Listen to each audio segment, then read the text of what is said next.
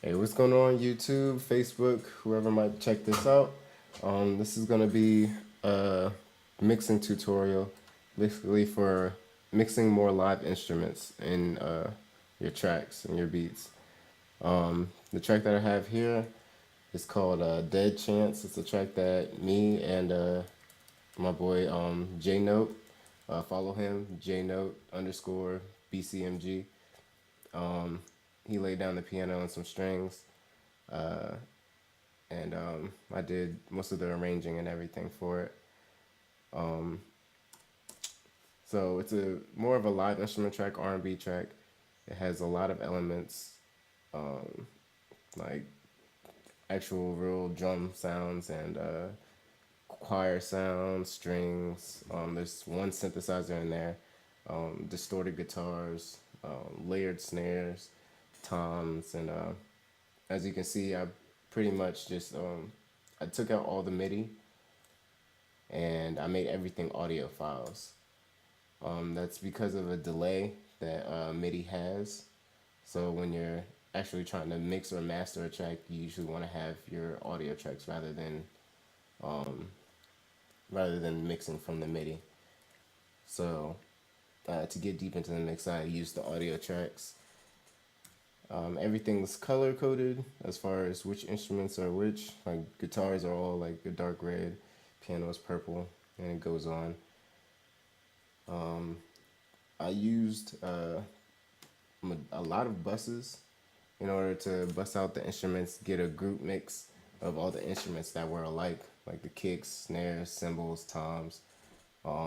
Then I put a drum bus on there, so everything that's in the drums goes to the drum bus, and then everything that's in the instruments goes to the instrument bus right here. There's also this little little bus right here, parallel compression. I'll get into that later, probably into another video. It's something very useful for helping you get a really fat drum sound. If your kick isn't punching enough, or if your snare isn't slapping enough, you can use a parallel compression to really help bring that out. And it's basically like squashing the whole entire drums. But I'll get into that later. Okay, so I'm gonna play the chorus, and mainly because this is where all the instruments come in, all the elements that you're gonna need to mix during the rest of the song are gonna be in your chorus for the most part, depending on how big you have it. So I'll play it for you, and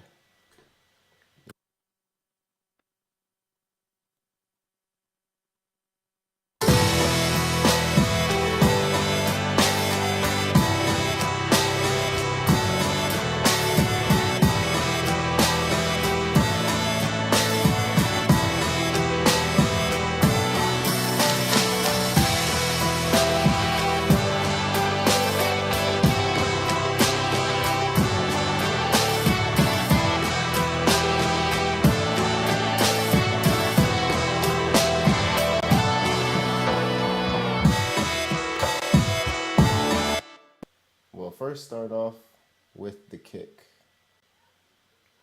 if I can find it. Okay. The kick, there's three different kicks in here.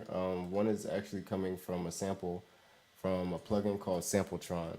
It has like a lot of old school sounding samples in it.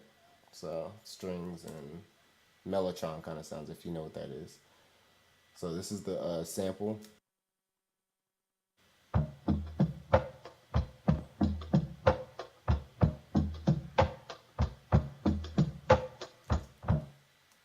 All right. So basically, basically, what I needed to do was get the sample and the kick not to fight with each other. So if I take off the compressor and the EQ that I put on here to mix it,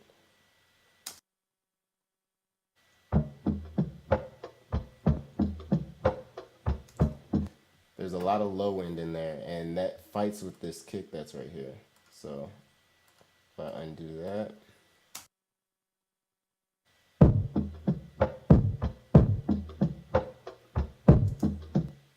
you can hear like the kick, the low end is sounding very muddy. So what I needed to do was EQ and compress in order to get the right sound. So what I did, I ended up side chaining. This is a compressor from Waves. It's called H Comp, and it's a very characteristic compressor. It can be very punchy, which is something that I kind of needed for this in order for it to sidechain right. So when the kick hits, the the sample actually compresses back. It pushes back its volume a little bit. That way the punch comes in and it doesn't get muffled up with the low end.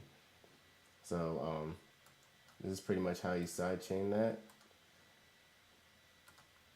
And I'm using Logic Pro. It would be pretty much about the same in other DAWs. But this one, it has a sidechain thing right here where I can select what to sidechain to the compressor. So I picked 27, audio 27. That's what my kick is on. So I did that. And as you see,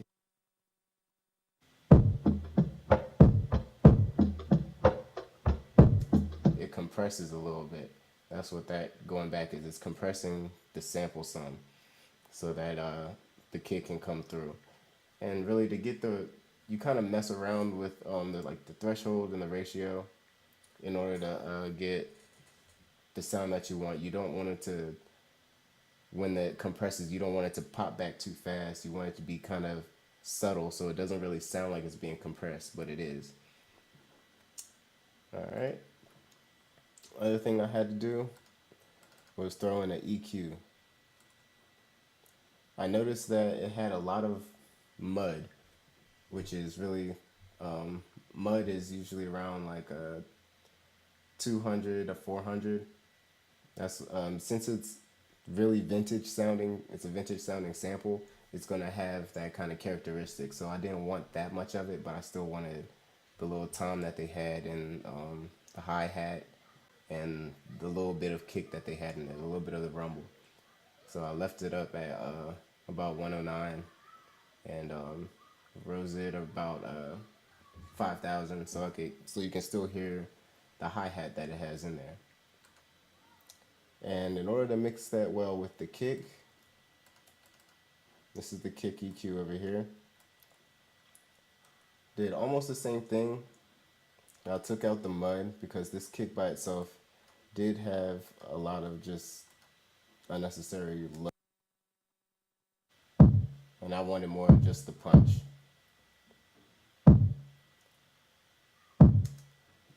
And I try to take off anything that's really below like 40 to 60 hertz.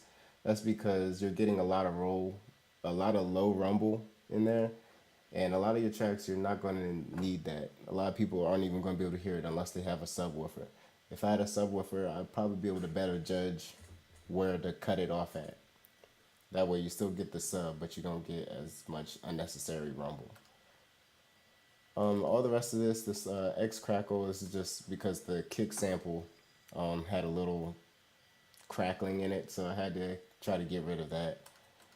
And this EQ just gave it a little bit of punch. This is AP EQ. If you're ever, it's very, very detailed about showing you where the frequencies are. Well below 50, I'm still getting some of the sound, but that was all right for this. Okay, under that is this little what I call the under kick. It's almost like a tom sounding kind of hit that I really just wanted to kind of ring out at about 500, 300 hertz. I wanted it to give the body that everything else that I cut out didn't have. All of them together.